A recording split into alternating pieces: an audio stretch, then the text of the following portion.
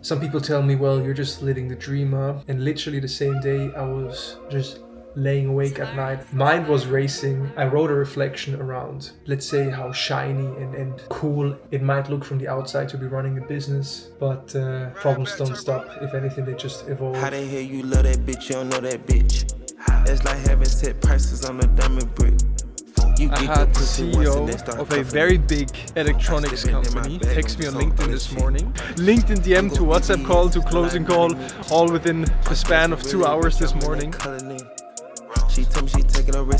Most people will be able to operate a camera. It's not like that big of a deal. And I think what makes content look cool is like the decisions behind it. And the taste, like this looks cool, this looks off. All these small things like decisions and taste is literally what makes content good or bad. Yeah. She a nasty fish, she came from New Orleans. Hello my friends, happy Tuesday.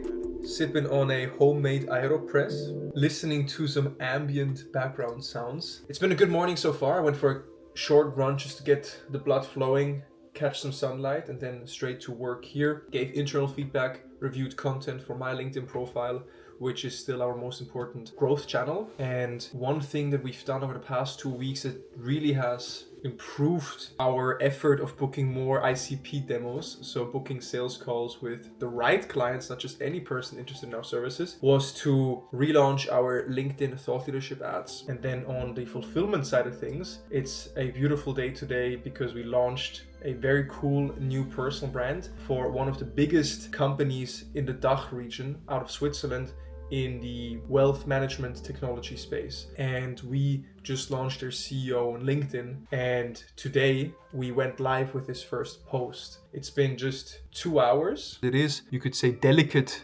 thing to manage someone's personal brand because you want to keep it authentic. And we keep it authentic by, using interviews and actual conversations as the input for the content we produce. We believe that the law of scarcity that applies to money also applies to personal branding and stories. And so we try to extract the right stories and the expertise of the clients that we work with and then turn those into amazing content that only could have come from those people.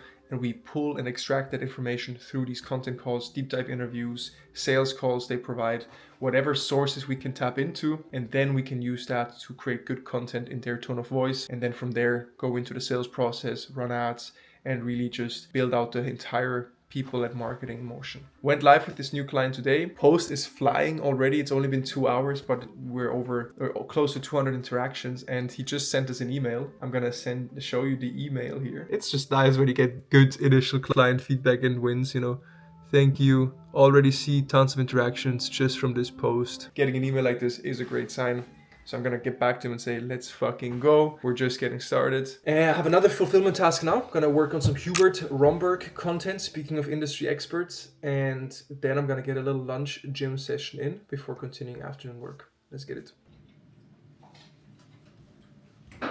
Salad, tuna, cottage cheese, bread with cheese. And muffin, banana bread type beef muffin. Marvin, how's it going? Amos, good. How are you? The more AI helps create more slop and just leverages the playing field a lot for a lot of mediocre content and really blurs the line of what's real, what's authentic, what's not. Events and in-person experiences are so powerful. And even as an AI company that tries to be extremely lean and scale with intelligence, not with headcount, we're heavily investing in events because we feel like eventually that is more scalable than anything else, because if you can crack events and you can impact people in authentic experiences, then they will tell everyone about that much bigger than if they saw a post on Twitter or something like that.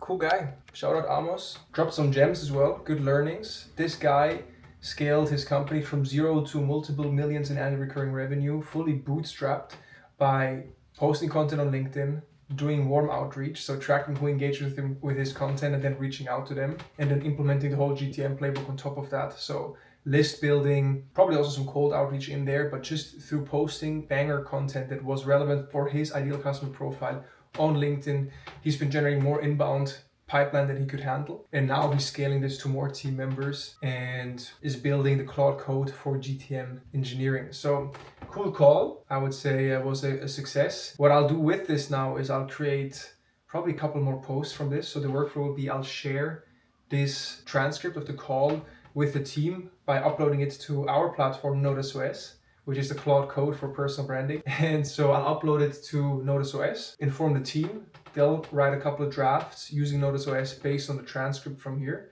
Yeah, I think that's it. So, good one. Also, CFO just texted me on Slack that a new client we are onboarding on Monday already paid in full for the first 4 months. So that's 20,000 in cash collected today. And last week we also closed a 5-figure retainer, which is great. That started yesterday. So yesterday the team did 2 kickoffs. I hosted 1. Good momentum, but even more so, just perfect cases to deliver amazing services and give them an amazing ROI. Some people tell me, well, you're just living the dream, huh? Such a vibe, such a life, you made it. And there was one specific example where that happened. And literally the same day I was just laying awake at night, mind racing. We had some clients churn. I wasn't sure about the whole AI FOMO. We were spreading ourselves thin. Wasn't sure about some team members, and mind was racing. And within the same 24 hours, someone had told me that I'm living the dream and this and that. And so I wrote a reflection around, let's say, how shiny and cool it might look from the outside to be running a business, building in public, working with cool people. But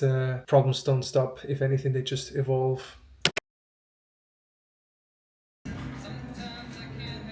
Alright guys, heading back to the apartment. Fired up from a sales call I had, an unexpected sales call. I had the CEO of a very big electronics company text me on LinkedIn this morning asking if we could, talk about helping with his LinkedIn reach and visibility. And so we sent him a demo booking link and he said, yo, can we just talk on WhatsApp, please? Easier for me. So we hop on a WhatsApp call for 10 minutes. He kind of pushed me to just pitch our offer and what we do, but I pushed back and asked some questions first. And that's really one of the most important sales rules for me is question-based selling. So I want to know who these people really are, why they are interested, what they're hoping to achieve. I want to understand their backstory. So I got him to actually share a lot of context, confirm that he found us through a LinkedIn ad, and then I went over and explained what we actually do, how the platform works, how I would define success and help him achieve his goals. And he was hooked, asked for a proposal, and we booked a follow-up call to make a decision and seal the deal for Friday, so in 2 days from now. So I'm absolutely buzzing from that unexpected sales call. LinkedIn DM to WhatsApp call to closing call, all within the span of 2 hours this morning. Yeah, that was my highlight from the morning. I also did a LinkedIn content session, so reviewed some content for my LinkedIn profile. Did that, now heading back to review case studies and testimonials that Molly from the team went through and updated, so we can have fresh case studies and testimonials on our website and also in our content overall. Got a couple of calls coming up, pretty hungry. One thing at a time, let's go.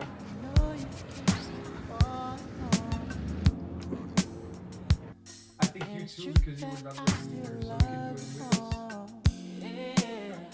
so we can do it with us. Yo, Chris. Yo, what's up? What's up, bro? Just got into Copenhagen, so whole house here, jumping on a call with Yilmaz real quick to get some credentials so we can finish up his onboarding. Looking forward to it. Let's fucking go, bro.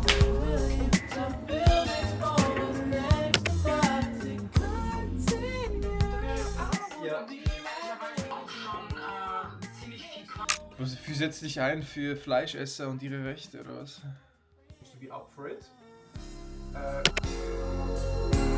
Hi my friends, little Monday check-in, 9:59 p.m. Didn't really get to share any updates. I was too focused on just getting ahead with getting the team aligned, because Monday means that I go through all of our company metrics. I double check our KPIs. I do a client health check, a team health check. And because it is also the first Monday of May, I update all of our scorecards and confirm the goals for the month. We are extremely focused on just getting the right people onto sales calls, only taking on the right people into our fulfillment, and then to deliver an amazing service and to deliver the same service, just pure done for you excellence for the right clients that, actually can benefit from what we do for them. And those are usually CEOs or executive teams of 8+ figure companies. It's been a long process of really appreciating that focus. That's actually been paying off since we hit our sales goals, which is great to see. As maybe you've seen in previous videos, we started the year bouncing back from some churn and mistakes that I reflected on previously, and we learned our lessons and just focused on the core business, the done-for-you service, the right clients with the right talent. We also let go of 2 team members over the past 2 weeks, and we are offboarding them over the next month. But so in April, we closed 25,000 USD MRR, about 20,000 in just one-time project volume. And I'm not going to read you all of the metrics, but this is how I keep track, at least once per week, but I pretty much check it every day, as to how the business is performing, how the metrics are developing across all the key departments and activities. And this is a scorecard template that I stole from Ryan Dice. If you want me to share that template or my version of it, let me know. But it keeps me sane, allows me to get a quick view on everything very fast on Monday, so I can then transition and look at our current client base for the agency, our team, and then prepare the meetings that I have. And on Mondays at the moment, I have my weekly C-level with Luca. Then we had our bi-weekly leadership where Max from the product side building our tech platform, notusOS, alongside Selim, our head of sales. We come together and we go through company level updates, issues, and confirm the monthly KPIs. It felt really good, to be honest. I had a really good day just going through that structure and feeling very clear about what is important to the company and what I want the team to do, and giving them the clarity to, work towards that shared goal. And so all the meetings went very well. That's the Monday. That's how I set myself up for success for the week and then also for the month. The goals are clear. The priorities are clear. Now it's just about pushing those inputs and tracking our progress and then iterating as we go. Yeah, perfect.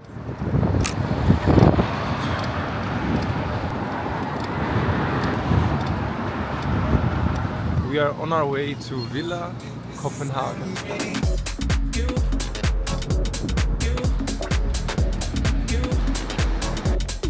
Nice to meet you. How you doing? I'm coming straight with the Osmo in your face. A big festival. I always wanted to be an entrepreneur. Yeah. So I started modeling when I was like 14 and had like a modeling career of like 6 years. Paris Fashion Week, London Fashion Week. For real? Yeah, and I lived in Seoul, South Korea. I had decided when I started modeling that I wanted to go to Tokyo, and then that would be like the end of my career. Then I would stop. And when I was ready to go to Tokyo, it was out of season. So they said, hey, you can go to South Korea. I was like, okay, whatever, wait, let's go there. So I went there, and then I quit, and then I wanted to import. There's an alcoholic drink called soju. Yeah. In Seoul, South Korea. Yeah, it's really nice. But we didn't have it in Denmark.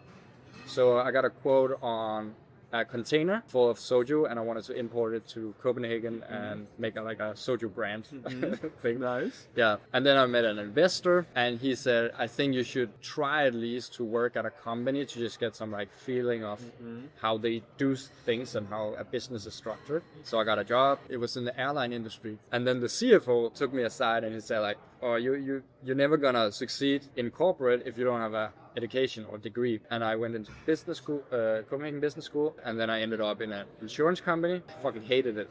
And I just wanted to be an entrepreneur. That was like the whole point of all that. Like it was like 4 years of like pain and suffering just to end up where I didn't want it to go, and I wanted to import soju, and that is like, well, what am I doing here? And then I founded Was Media with a friend of mine, and he's been doing content since we were kids, and I was supposed to be like the sales guy and the operative guy, and he was the creative guy. But then we had a meeting with Red Bull in Denmark, and then my friend, he was like, oh, I'm too busy, I can't do this, because he had other projects.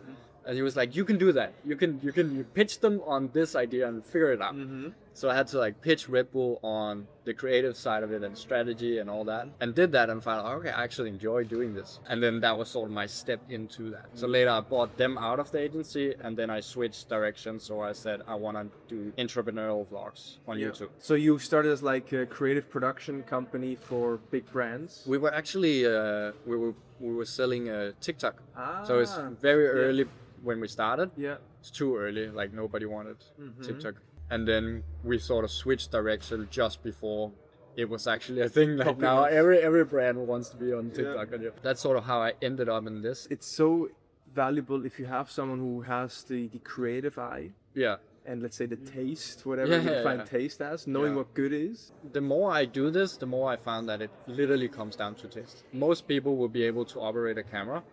I think this is like more technical, but you can just use. Get this the is Osmo. like so easy to use. So I generally mean like everyone can operate this or learn to operate this. Yeah. It's not like that big of a deal. And I think what makes content look cool is like the decisions behind it and the taste. Like this looks cool, this looks off, this is like weird pacing, this song sounds weird, or like all these small things like decisions and taste is literally what makes content good or bad. Well, actually, one takeaway for like getting to use to talk to the camera yourself, what helped me was doing video journals. So when back in 2018, when I wanted to get into business, I was like, I got to figure out what the fuck to do with my life. And so I did these journal entries, but on camera, where I would say, what's up world? It's January 17th and this is what's happening in my life.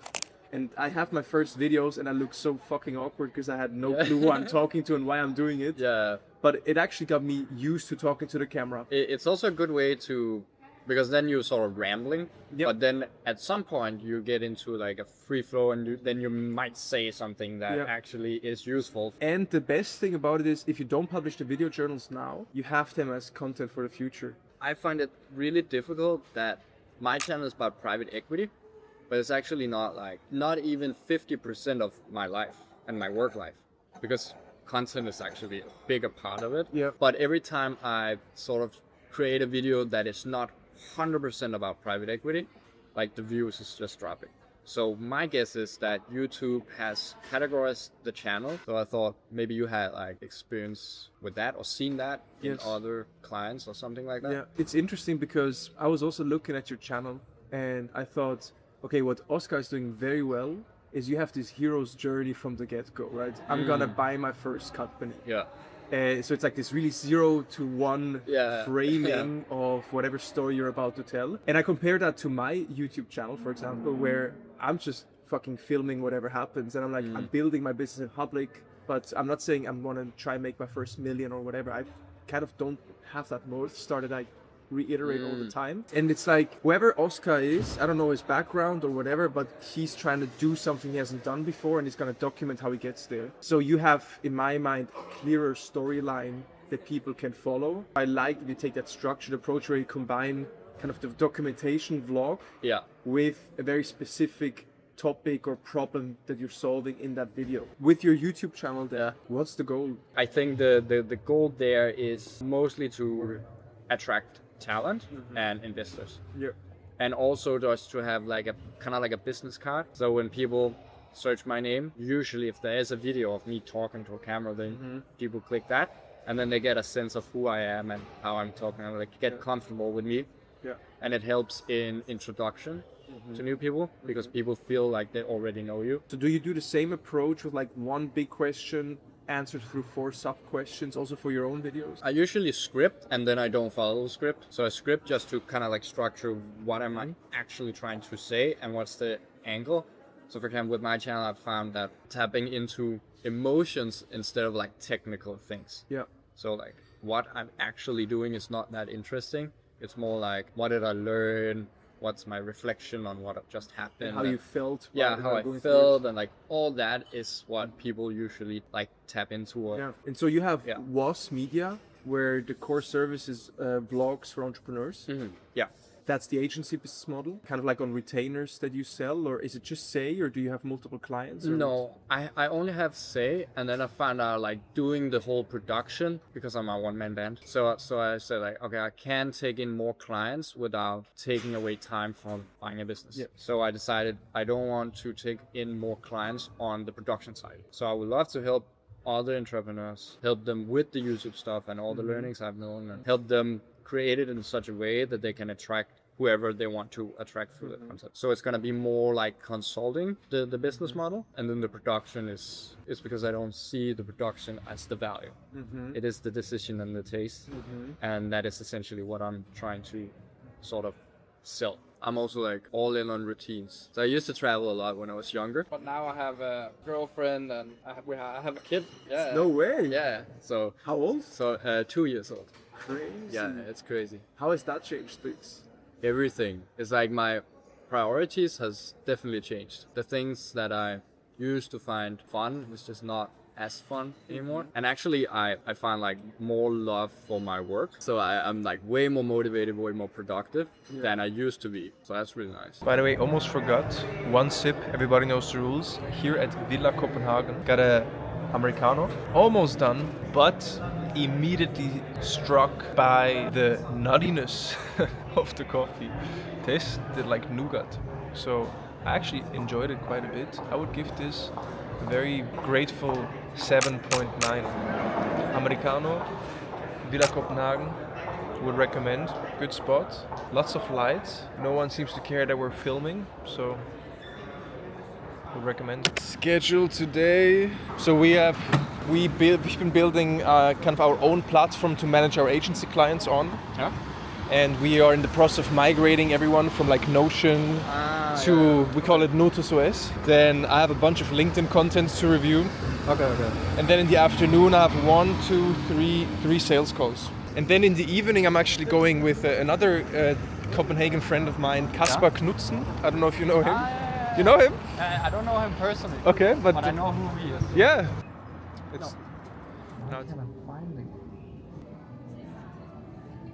So we're now syncing a personal branding client to notusOS. So this is our platform, notusOS. This is where we manage clients. We are migrating everyone from Notion to our own tool. And now I'm migrating Hubert to notusOS.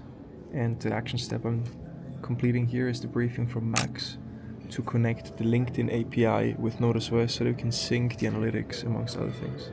LinkedIn API synced, all posts synced. Very nice walkthrough. Shout out Max. That was smooth.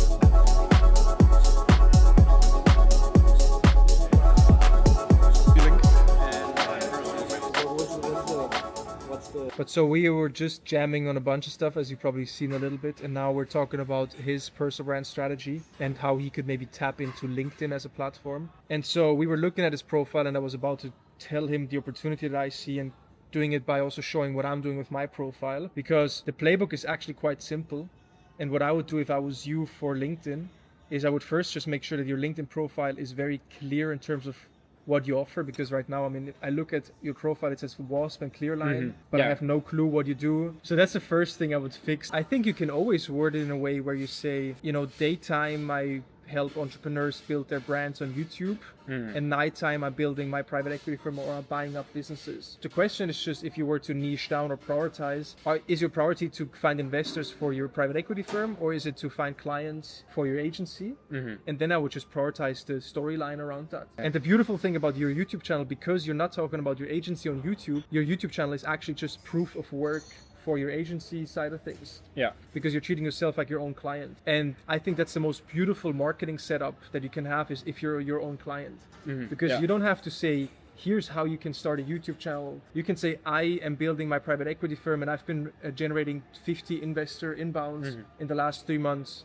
And then you tell them how to do it.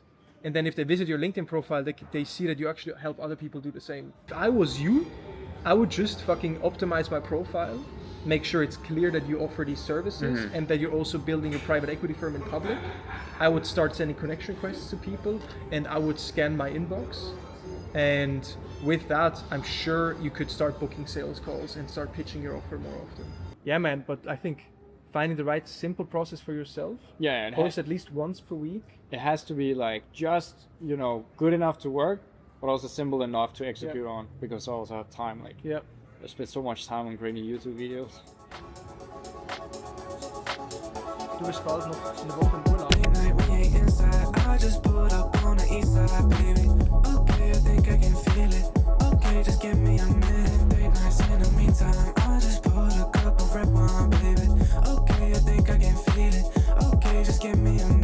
Just wrapped up the meeting with Steven and Mike, and it was an absolute pleasure. Very cool guys. and incredible work that they're doing with barkas, working with literally all the big brands that you could think of. Told me about some of their, successes and kind of just the industry that they're in, because they're working, in like UI, UX, multi six-figure contracts with some of the biggest names. And so it's a completely different version of the agency business model compared to my retainer-based approach to things. And so, they work with a customer like Acne Studios, and then through Acne, they maybe get into Marshalls, and then they work with IKEA, and they do global campaigns. And so it's a completely different world, and it's very inspiring and energizing to spend time with people like them. At the same time, they also realize how important it is, of course, to brand yourself, to brand your company. But they're also coming from a very different world and, let's say, preference in terms of how to communicate, and to make sure it doesn't become like a ego show, and to keep it more low key and make it about the work and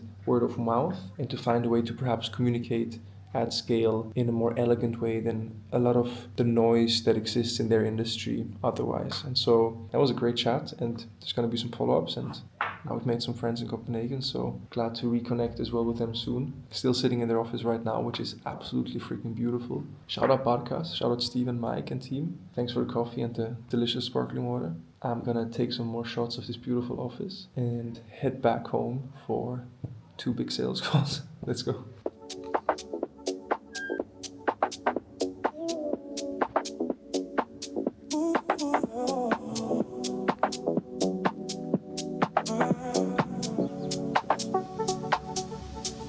la luz bajita y el alma no hace falta. All of a sudden, he wants a proposal for 3 personal brands. Close the deal. We're bringing on another executive profile from one of Switzerland's biggest brands. Kicking off in 3 weeks. W in the chat.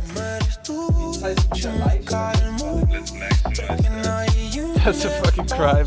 Well, team, welcome to Fridays with Notus. Good to see you all.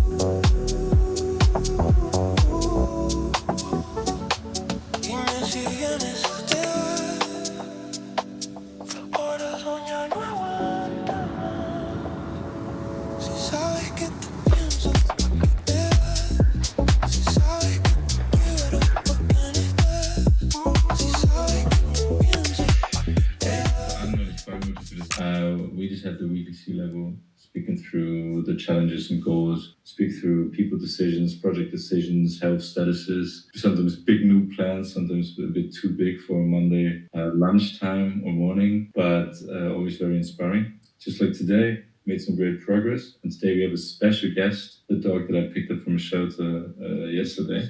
My little guy. Leo Wetzel einfach. Oder do you call him Leo? I don't know, bro. His actual name is Leonardo. Oi! Leo, Leone, whatever you need. But it all comes with the L. Bro, L is the new W now. Alright, man.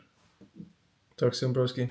Sales call number 3. Also already had my call with Luca and also with Max Dixon to talk about his contract and future at the company. Now it's my 3rd sales call. I have 1 more sales call, finance meeting and coaching call. Cheers. Hello, hello. Test 1, 2. Nice. Hi, freut mich. Ich meine, wie lang wart ihr heute golfen? Das sind schon so 2? Hello, hello. Good, thank you. How are you? Nice to meet you. Almost done with prepping offer for Chris and to see if and how we continue working together and have him join full time, go all in with Notus. Now we have a closing call or at least a negotiation call. Hello, hello. Good, thank you. Back in Switzerland. How are you? I'm fine, thanks. All right, deal verbally confirmed. Should get the quote signed this week, and then the goal here is to crush it in the pilot and then to expand it to more people from the team. So should be good. Max, where are you at? We miss you. Berlin City. How is it? How is it treating you? Berlin is treating me amazingly. I found a very nice routine. It's just work and working out and eating clean. So can't complain right now. Feeling like I'm at my prime. Okay, can you give us a Q2 product update from the head of product at Notus? Q2 product updates. So when we, coming into Q2, the main objective was to get all existing clients onto the platform, which we did, and also onboard any new clients onto notusOS directly. And that went well. There's a lot of interesting stuff on the roadmap, and I think it's getting clearer and clearer because we've also gained a lot of clarity on the playbook that we actually want to execute on for clients. And so that maps pretty cleanly onto the product. And we've just split up the product into the 5 phases of the GTM playbook, and can now just basically in our linear board see exactly, okay, which phase are we currently working on most, where are the most tickets? And we can also plan pretty neatly. We're finding our rhythm, Luca and me, and we're getting faster. We're also getting better at just building the right stuff from the start, so less bugs appear afterwards. So yeah, feeling good, having a lot of fun. How important has it been to just have a clear company focus in terms of who we serve and what we offer? I mean, foundational. It's never been easier to do the work, any kind of work, be it product or anything in fulfillment, than now, because we have such a clear focus. Now it's just about executing, really, and that's what's fun. I think the most important realization that we had to make was that our current offer was nowhere near as good as it could be, even though we already had happy clients, we were already doing good work for a lot of them. There's just so much room to improve, and that requires full focus. And also another learning is that the same service can be more valuable to just the right client, because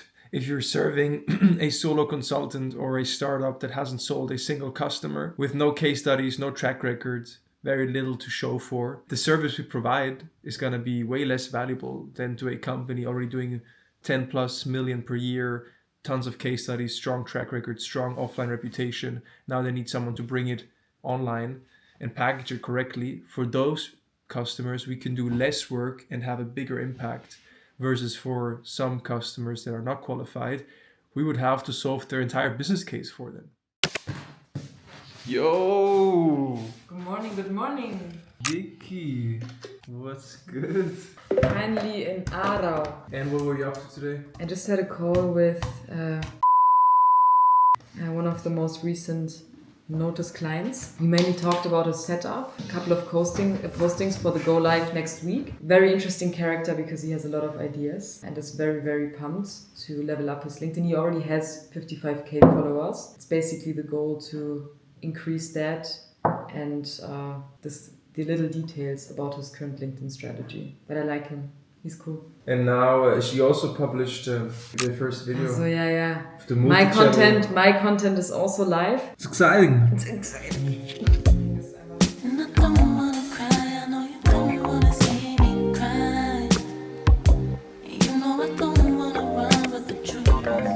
It's funny, guys.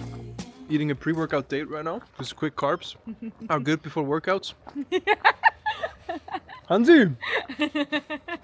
You would think that after 109 vlogs published, this shit comes easy, but I had zero inspiration to talk into the camera today. Until now, where I'm forcing myself into it because I was like, yo, you gotta be just filming a vlog when Vicky is here. Selim arriving tomorrow, and then we got a mad week coming up next week. So reps. I've been going to the gym for over 10 years too now, and I was about to skip the gym too, but we're on the way to the gym now. So there might be a lesson in that. Now there's also some other lessons, one specific one that I wanted to share around how we do sales, because this week I once again had, I think, about 5 sales calls, which is not a lot, but that's also since over the past 2 years, ever since Selim has joined. He took over most of the sales calls, and as part of this, it's been my job to also help him get better at sales calls, which I have to say I neglected a lot of times, and I didn't spend enough time feedbacking sales calls. But whenever I do, I have hopefully helpful feedback to share, and that inspired me, since I also had some sales calls this week, one with now a quote pending. Selim also has a quote pending, so we have 2 deals that hopefully will be signed this week, which keeps us on track with our sales goals. Well, all that to say, the way we do sales calls, like, we take a consulting-based approach to selling, a question-based approach to selling, and it's probably the most frequent feedback I've shared with Selim in the past is, bro, just talk less and ask more. And that's really how I approach every sales call. And sometimes you have to force people into answering your questions. But I need those answers to get to know them and to understand their problems, to understand their goals, to understand their personalities and their backstory, so that I can actually help them make an informed decision, and so that I can actually help them solve their problem and use the sales calls not just to pitch them our offer, but rather to brainstorm with them what the right playbook is for them. And ideally, what we have to offer is at least part of that. So that's how I do these sales calls, and we've split them into discovery calls and then demo calls, you could say. That's the approach there. And Vicky actually just published her first trailer. What's the story you're telling? What are you doing with your personal brand right now? I think I have a good story to tell because I co-founded 5 companies in the crypto space. I left operationally in a way, quit my apartment, sold everything that I don't need, put all of my stuff in my best friend's apartment in Berlin, and then I just bought a ticket and went to Sri Lanka with my best friend, not knowing when I'm supposed to be back. But probably one of the best purchases I've ever made was this camera. I've been recording videos and editing videos since I was 12, so I thought maybe this would be the right time to also document the process in a way where I think in the future I would be mad if I hadn't documented it. So I was like, okay, the story is what's next? How am I supposed to make money in the future? How am I supposed to work on things that I really want to work on next? But also take the people on a journey that they can hopefully identify with in a way, but also get inspired. Because I think I'm one of those people who just like says yes to everything and just do things. And hopefully at some point people might also think, okay, maybe she took the risk. Maybe I should also take the risk and do the things that I love. And try to entertain people. I think working on creative things like videos is something that I could do for hours without even like checking the time or getting less inspired. So that's my plan.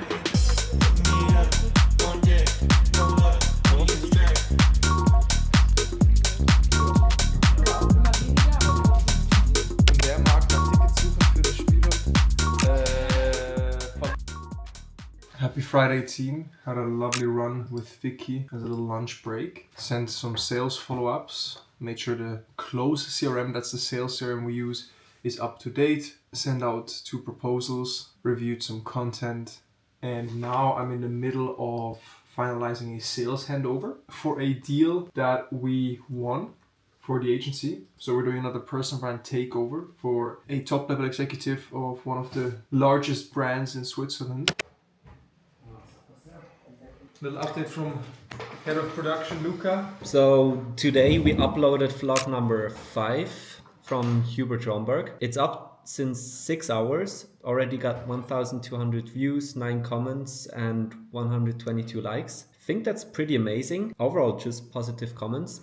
And in general, it's crazy how fast Hubert's channel is growing. We got 19,200 subscribers, 650 in the last 28 days, even though we didn't publish a single video, except for the one today. So yeah, that's the Hubert update. Yeah, so with Hubert, the process is Luca runs all of the production. We try to do 1 vlog per month right now as the publishing cadence, which more or less is working out.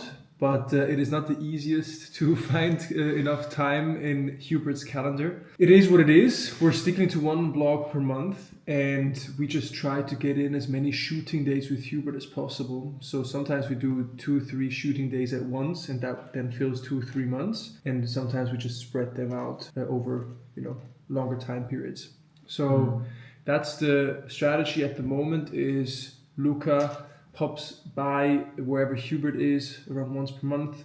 Sometimes I join as well. And then for over 5 years now, we've been also managing Hubert's LinkedIn profile. And there we post 1 to 3 times per week.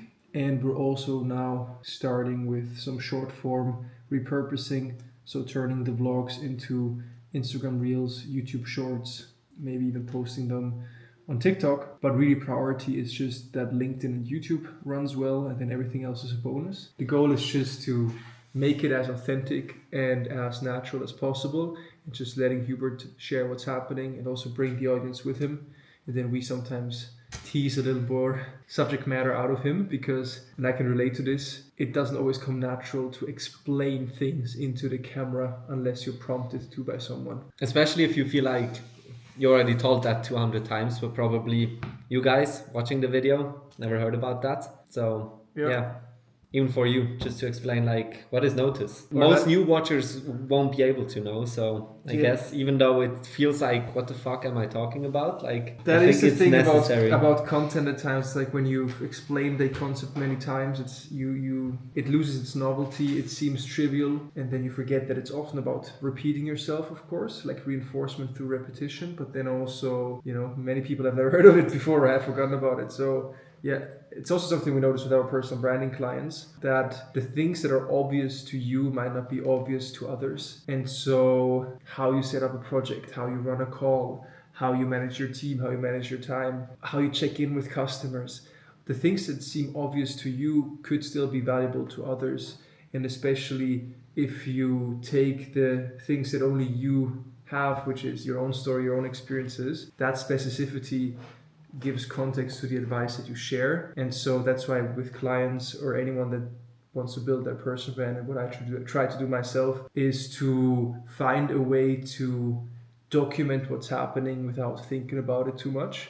Vlogs like this can help with documenting what's happening because I look at my calendar and I do something and then I just need to remind myself to tell you about it.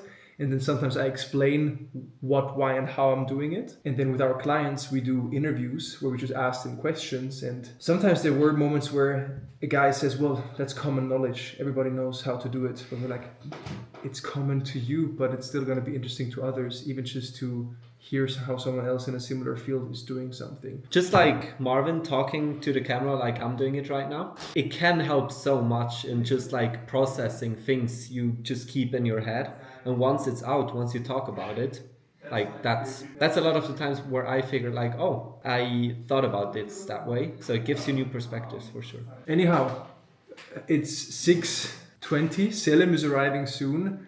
I'm going to finish my emails for the day and then get ready for hopefully seeing FC Aarau get promoted, let's see. Knock on wood, to the Super League. It's so funny. My sister bought 4 tickets. Unfortunately, not 5. Yeah. But I was the last guy to say like, oh yeah, I'm coming too. So yeah, that's on me.